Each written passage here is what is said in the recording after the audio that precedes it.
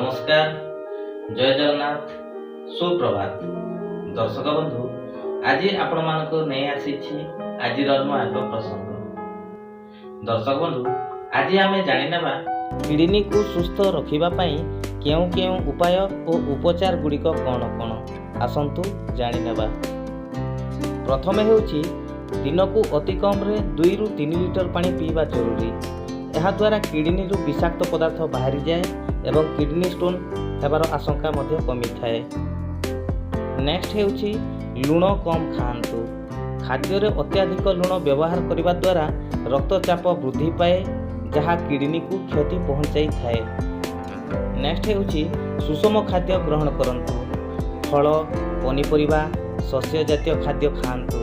अत्याधिक प्रोटीन किंबा चर्बीयुक्त खाद्य ठारू दूरे रुहंतु। नेक्स्ट हेउची फास्ट फूड जंक फूड तथा पॉकेट खाद्य ठारू दूरे रुहंतु। परवर्ती होची रक्तचाप एवं शर्करार स्तर को नियंत्रण रे रखंतु। उक्त रक्तचाप एवं मधुमेह किडनी रोगर प्रमुख कारण, तेणु नियमित चेकअप करांतु। नेक्स्ट होची नियमित व्यायाम करांतु।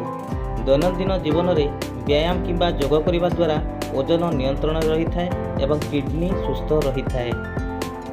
नेक्स्ट हेउची धूम्रपान एवं मद्यपान ठारू दूरे रुहंतु। धूम्रपान किडनी को रक्त प्रवाह कमाई देई थाए एवं एहा द्वारा कार्यक्षमता ह्रास पाई थाए। परवर्ती होची बिना डाक्तरी परामर्श रे औषध सेवन करंतु नहीं।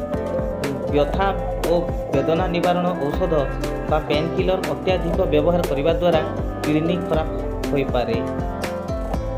परवर्ती होची जदि आपणकर मधुमेह उच्च रक्तचाप किंबा पारिवारिक इतिहास रही तेबे वर्षकु थरे किडनी जांच करने नितांत जरूरी। दर्शक बंधु, सचेतन रुहंतु, सुस्थ रहंतु। स्वास्थ्य ही संपद। दर्शक बंधु, आज भिडियोटी आपको केमिति लगिला निश्चित मतामत देवे। सांगसाथी गण शेयर करेंगे, लाइक करवा एवं सब्सक्राइब करवाटा जमारू भूलिबे नहीं। आज